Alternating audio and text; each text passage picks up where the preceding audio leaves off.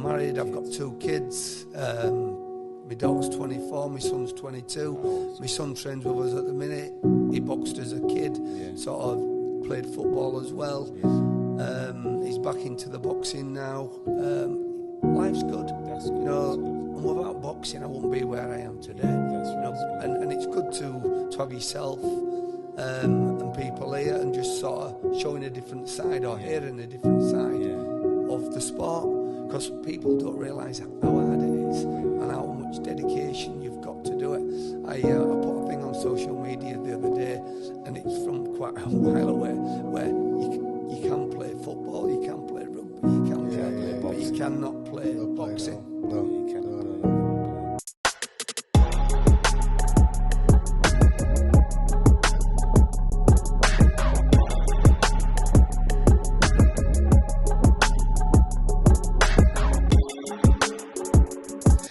Yes. Welcome to the 13th and final round podcast. And today we have a very special guest here. Yes, we do.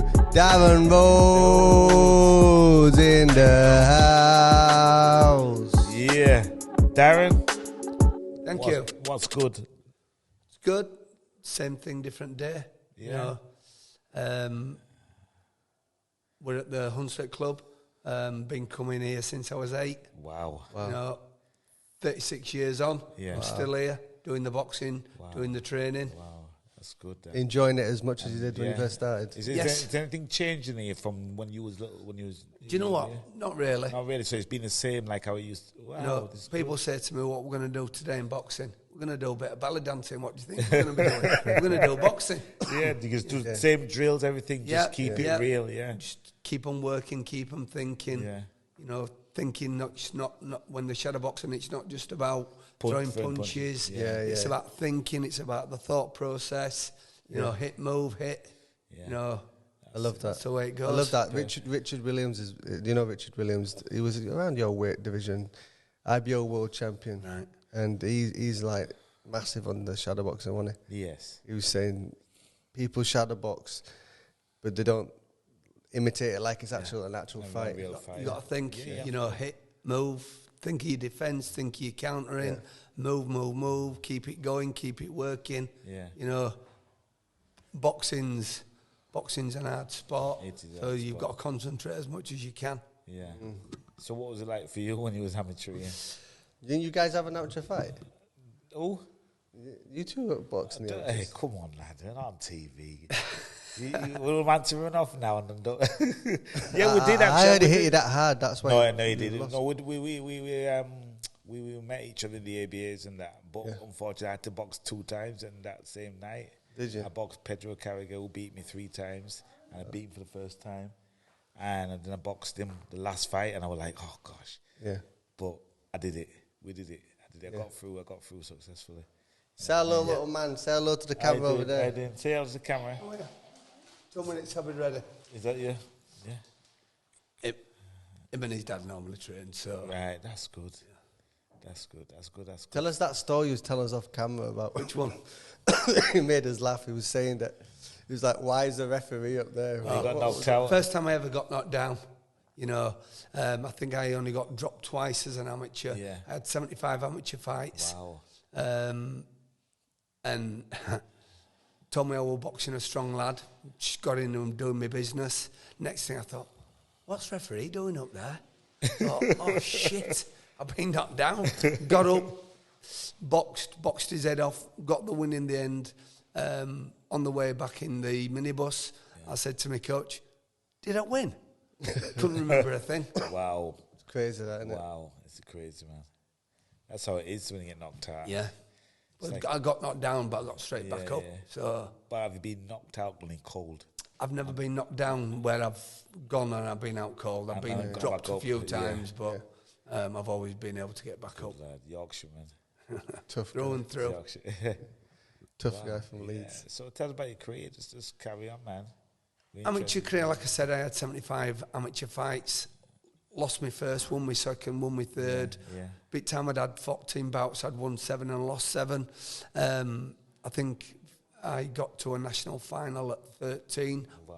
I got beat.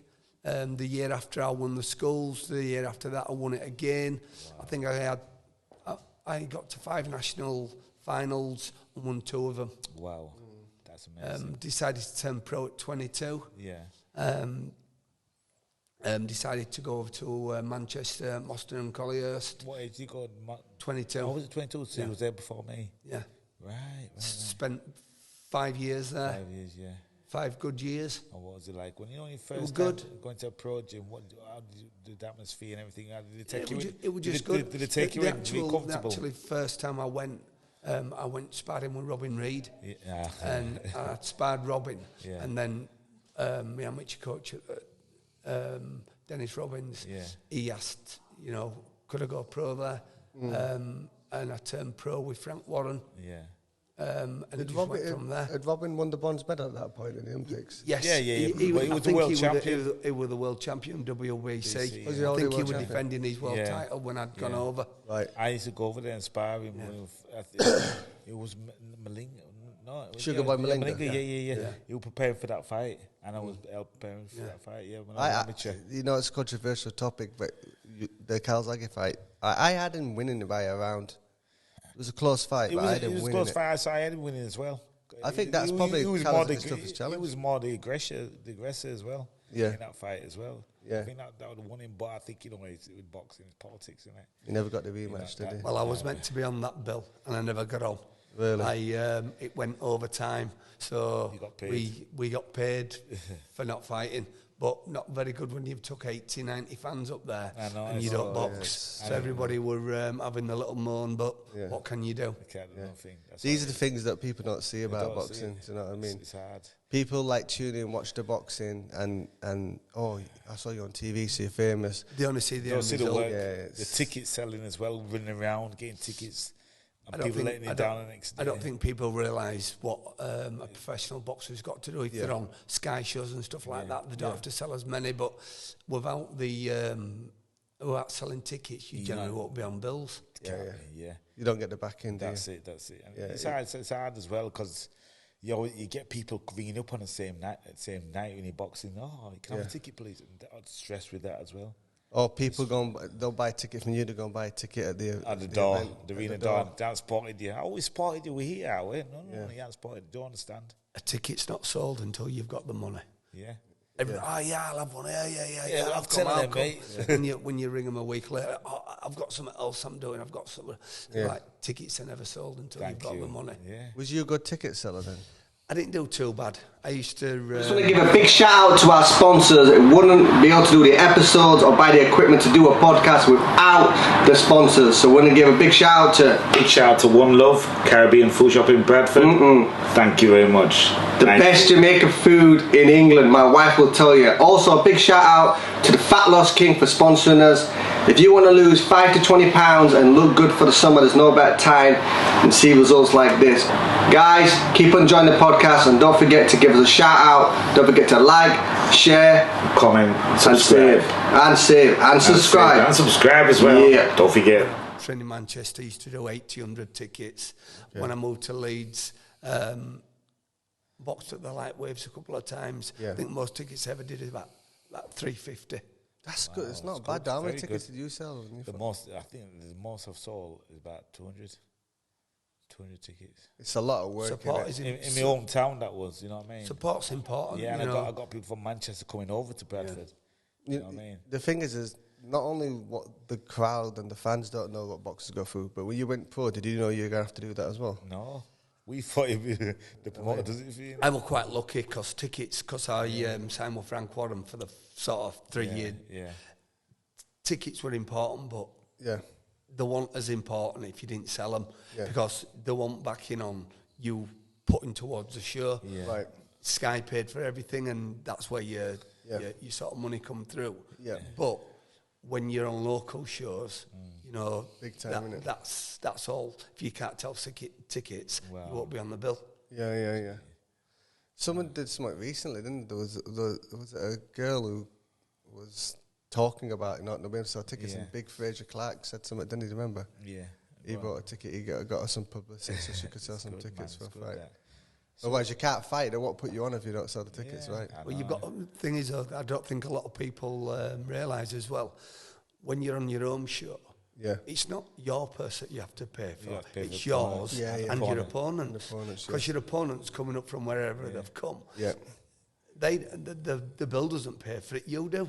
I think that's why some of the guys that go into it lose a couple of fights and think, you know what, I could be a journeyman, get paid all right money, and not have the stress. Well, journeymans will earn a lot more than somebody who's a British champion. Especially years ago, you get somebody that box every other week or every week, getting $1,000 a week.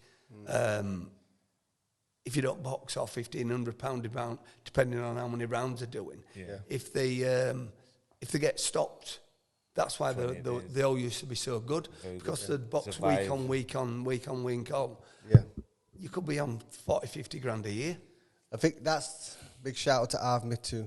Arv Mitu did that. He did 100 and out, didn't he? 100 fights and out, and I think he boxed everyone, didn't he? Everybody. From lightweight all the way up to super middleweight, didn't he? Every week, every show. Well, I used to spar Paul Bonson. Yeah. So Bonson, I remember that name. Carl Bonson. And he went 10 rounds with Carl Thompson. Yeah. Wow. You know, I mean, the journeyman. The journeyman nowadays, excuse my language, are shite. Yeah. They're just there to take a payday. To cover up. The journeyman that you boxed coming through your career, they were tough. They were game. They just weren't there to beat you. They were there to give you your rounds and to give you that experience. I probably learnt more from journeyman than I did do for boxing the better kids. Because holding a little bit of old man in them. You know, just a bit of a dip, a bit of this and a bit of that. You learnt more from journeyman than I did do from the better kids. Because they definitely know how to survive, don't they? They definitely know how to cheat the rounds and things. Wow. Years ago they did. They don't seem to be them no more, though. They seem to be in whatever's going to happen, and they're out. Some of them don't even look like they can hold their hands up. Yeah. You see some with the chin in their hair and everything, don't you? And you think, you ever boxed before? Yeah, I mean. So Daz, apart from boxing, tell about your family. You're married? I'm married. I've got 2 kids. My daughter's 24. My son's 22. Wow, my son trains with us at the minute. He boxed as a kid, sort of played football as well. He's back into the boxing now. Life's good. That's good. You know, and without boxing, I wouldn't be where I am today. That's right. You know, and it's good to have yourself and people here and just sort of showing a different side or hearing a different side of the sport. Because people don't realise how hard it is and how much dedication you've got to do it. I put a thing on social media the other day, and it's from quite a while away, where you can play football, you can play rugby, you can play boxing, but you cannot play boxing. No. You cannot play it, man. No. It's funny, I look back on, when we went up to do Jack Bates and they were sparring. I don't know if you got to the stage yet, but I was watching them sparring, and I'm like, is that what I used to do? get it like that. Heavy sparring, man. Hit and not get a hit. Yeah. Famous words. Heavy sparring. Well, if you can do that, that's the thing that you need to do. That's it, man. But I've seen some sparring recently where they were trying to kill each other, and I'm like, I don't really miss it. For me, sparring's about learning. You know, I know if you go to a different gym and you have that little bit of nerves and stuff like that, you know, it sort of prepares you for the big days. But sparring is about learning. Sparring is not about trying to knock somebody out. Sparring, and if you catch somebody in sparring, you catch them. But you don't go looking. You don't go looking for knocking people out. It's about practicing what you've been doing in the gym. That's what Brendan used to say. Make all your mistakes in the gym, so that on fight night they don't have to make them. That's it. It's all about learning and progressing in it. And if you know you're fighting someone who's littler than you can work your defense. If you're working on something bigger than you can work. There's always something that can be worked on, can't there, to make you a better fighter. That's it, man. But some people, I guess, they train how they want to fight, but you don't have a long career if you do that. I once sparring Danny Thornton, and me and Danny know each other. We'd sparred each other before, and he makes me laugh because when I see him, he sort of mentions this. He said, me and you were sparring. He said, And you know, to be honest, as he says, you were pinging me all over. Yeah. And after the round had stopped, because we were by ourselves, we sort of just put the clock on, did a bit of sparring. He went, it's a move, he said. And you know what it does? He said, to this day, that's what I teach my boxers. Yeah. Wow. Yeah. Hit, move. Don't just hold your head there when you've thrown a shot and get your head out of the way. Yeah. But the people that go, move your head, what does move your head mean? Yeah. So there's always a, you know, explanation on how you do things. And it's a good point now.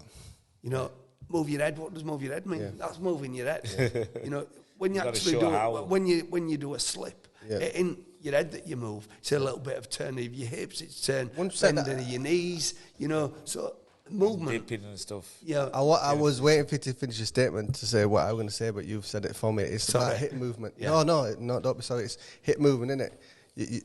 Nothing moves if you're not moving your hips. I mean, we at the club, we've, you know, like I say, I've been down here 36 years, and it's all about foot movement. Yeah. If you can, I mean, I did my level 2. Yeah. Probably 6-7 years ago, and there were some gyms that said footwork.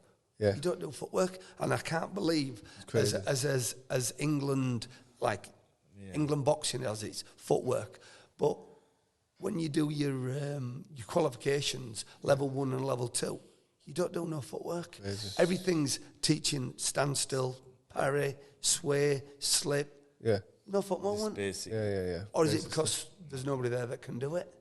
Yeah, well, there's that as well. Yeah, I've heard all sorts of stories about people going getting qualified and having, because it's almost like you're having to like bite your tongue, aren't you? It's like your first driving lesson, isn't it? Well, I think when I was on my level 2, I think it was Errol Bomber Graham. Yeah, we're going to do his amateur, but he refused to do it. It's like passing your driving test. Yeah. You do what you need to do to pass it. Yeah. And when you've passed it, you can do it as you want. Practice. But to That's pass, exactly what I mean, you've got to do what they want you to do. Exactly you what can't choose. You know, everybody's got a different style. Yeah, or, you know, like you're on about Prince Nazim, he was unique. Yeah. All right, he did lots of things wrong, but he got away with it. Yeah, I think it's changing though. Like, I'm even surprised that, like, in America they're doing body sparring now. You know, when we used to do body sparring 20 years ago, people were like, "What the hell is body sparring?" But now a lot of gyms in Manchester doing body sparring. A lot of gyms are doing it. Yeah. Well, I think it saves your head, doesn't it? It does. You know, and people realise you'll tend to. I do sort of some with the amateurs, do body sparring, do full sparring. You know, but they're a lot more tired after they've done the body sparring because they try that little bit harder. They're going with the punches. Yeah. They don't just hold it back. Yeah. They go for each other because they know they're only going to, at worst, win somebody. As long as it's done right, because I've seen a lot of people not shape up the right way when they do something. They do stupid things like this. You're not going to do it in a fight. No. So as long as the body sparring is done correctly and the stance and you're in feet correctly. But I think footwork's the most important thing to be taught. You know what I mean? That we were quite lucky in Sheffield that was the Ingles thing. You know what I mean? I mean, that's what we pride the club on. We've always been known for having decent footwork. You know, and that sort of shows when you're boxing. It don't mean you'll win, you know, because, you know, but with the footwork, you'll tend to get better. Without footwork, you'll only tend to get so far. You know, you get lots of clubs that have got national champions, you know, of not so much footwork. Don't mean they're bad, but how far will they actually get? You know, because it does get you somewhere, but, you know, it's that little extra bit that you need. Your own ability to see how it gets you in it. So what was your toughest fight? What would you say your toughest fight was? Smiley. Amateur or pro? Smiley. Pro. What was your toughest fight as a pro? Smiley. Do you know what? Probably I boxed Macklin. I boxed some good kids. Macklin caught me, I think, end up 4th round. I thought I was doing really well against him, but he did catch me with a peach of a right hand. I'm not too sure. I think, do you know what? One of the hardest hitting kids I've shared the ring when I beat him and then he beat me is, what were he called? Andrew Facey. Oh, Andrew Facey. Oh, we know Facey. We know Facey. He could bang. he's probably the hardest hitting kid I've shared the ring with. You boxed him twice, didn't you? Yeah, I beat him the first time when I trained in Manchester, and then I was fighting for the area title, and I went to fight one person, and they shoved Andrew in, which, you know, he took it, and I think it was about the 4th round, and I could just feel him start to go. So I think when he come out, he thought it's everything or nothing, and he caught me and cut me, and the fight got stopped the round afterwards. But I knew he would sort of getting tired. But he's the hardest hitting kid. Shout out to Andrew Facey that I've sort of shared a ring with, and I've been in with some strong lads. Wayne Elcock, another hard-hitting kid. Facey beat Macklin as well, didn't he? He's run a podcast, Facey. Facey was Like he was a tall, awkward, dangly. I've sparred him as well. He can bang. Yeah. You know, funny thing about Facey as well, when we had him on a podcast, because we know him, he worked full time, all the time. See, when I first turned pro, I sort of tried to be a pro, and it just didn't work. He didn't earn enough money. But he's got a good job though, hasn't he? He's still doing the same job now, computer programming. Yeah. And he had it all the way through his pro career, and he's just going to just get him climbing up the ladder. He's doing well for himself. But it's crazy to think that if he would have gone full time, what would have happened? Do you know what I mean? Shoulda, coulda, woulda. That a lot of people. Yeah, he thinks he could make. I don't know how, but he thinks he could have made welterweight. Oh, welterweight. He thinks he could have got down to 10-7. I'm like, I don't know. He's confident he'll do it, but he would tell us how he made weight, and it's almost like someone who's just completely fasting. He said he could just go 2 days without food and train, and it did over him. Yeah. Not good. That's another side that people don't see. You're getting up at 6 o'clock in the morning, going for a run, and going to work, training again. You know, being moody, running before you go to bed as well. And you don't want to go running. You know what I mean? Hungry, we call it. Hungry. My wife gets hungry all the time. Wow. What was your nutrition like when you boxed? When I sort of had to start from the amateurs. Amateur, I were okay as an amateur. I were always always 4 or 5 pound in within weight, which you had to, because you know you could get about 2 or 3 days notice. As a pro, as you get a little bit older and you're starting to mature a little bit, you start putting weight on. You know, I think up until I was 23, 24, I weighed about 12 stone max. You know, when you get a little bit older, you start eating, and you know. Would you say it was more muscle weight or fat though? Because muscle weight's heavier than fat, right? So would you say you would start to carry pound of muscle, a pound of fat? Which one's heavier? Well, the same. But you're talking to a nutritionist, so I'll break this down. If you have a handful of sand, your handful of metal, like you said, and it occupies the same space, well, muscle's gonna weigh more, innit? Well, I know a lad who's a nutritionist and stuff like that, and he does things called Darren Clemency. Okay. And he held in his hand, he held some peanuts and a big piece of broccoli. Yeah. He said the both value. Yeah. He said 200 calories. Yeah. But which one's going to fill you and which one's not? Precisely. So that's you know. Yeah, precisely. I think that because online I call myself the fat loss king because I'm trying to get away from being weight loss king. Because the general public never really have to worry about weight loss. You can be 4 clothes sizes down, but on a scale be 1 stone heavier. Because if you change your body composition around, by eating more, holding muscle. Whereas boxers can't do that though, unless they choose to go through the weights, because they're always told to be a certain weight. Yeah. Do you know what I mean? I think as a pro, I did light middle, and super. And I think once I got it ring just short of 13 stone. Wow. So it's one of those sports where you can sort of move weight, but they just hit a lot harder. Yeah. What was your most comfortable weight, where you felt most comfortable? Probably middleweight. Yeah. Probably middle. And the reason for it, I got to light middle for probably 5 or 6 fights. Yeah. And it was good, but I just struggled getting there. Yeah. You know, but that's me in between boxing, putting 3 stone on. Yeah. So it's common though. It's common, isn't it? If you're going through that, it's so intense. Let's be real, right? You gotta train up to 3 times a day. You gotta be like watching what you eat because you gotta get on the scale. You gotta be like, if you're with a missus, like a lot of people find that hard. Keeping her happy, you got to pay the bills, so you might have a part-time job, and all them type of things. It's all things that people don't understand what fighters go through. They just see the fight and they don't realise the preparation, and that's going to have an effect on your hormones. It's going to have an effect on everything, your personality. I'm glad when I boxed, I wasn't married. Yeah, so that'd have been horrible. I've been with my missus for 31 years. Yeah, we were together in year 10 at school. Wow. So. That's true love. I'm going to come to you for some tips. She nips herself every morning. Yeah. She's still there. Yeah. She feels blessed then, yeah? Yeah. Nice. So did it work? Like, just fit in, no problems?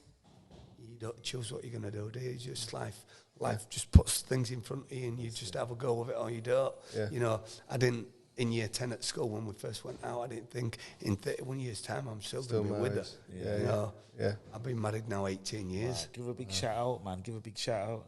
Your wife. Give the shout out to the wife. Yeah, to the wife. Look at the camera, man. Big shout out, Mrs. Rhodes. Say you love her. Michelle Rhodes. Give her a last message then. It's all right. All right, okay, shy. I love you. I'll be married. So obviously you got your PT now. What's your routine in the gym quickly before you go? Footwork. No, I mean like the time schedule, like what you do PTs, you do the boxing class, gym class. We do boxing classes down here from competing to non-competing. We do box exercises. What's the gym called? Just tell people. The gym's called the Hunslet Club. The Hunslet Club is a charity organisation that's been going for over 80 years. Yeah. Like I say, I've been down here now 36 years. Wow. So love every minute. It's a great place to be a part of. And it's memory as well for you as well. Yeah. You know what I mean? So it makes you feel at home when you're here. So that's good, man. Guys, this has been a great episode. Don't worry, you're going to see a lot more of Darren because I only live back with Darren. I live 5 minutes down the road from here, so it's a pit stop for us. But guys, tune in next week because you never know who we'll have on the show. Yes, guys, thanks for tuning in to the 13th and final round. Please like and share. Don't forget to hit that notification button. Nearly messed up. Hit the bell so you know what's going on. And we're here. And we're out. Tell a friend to tell a friend. To tell a friend. That's right.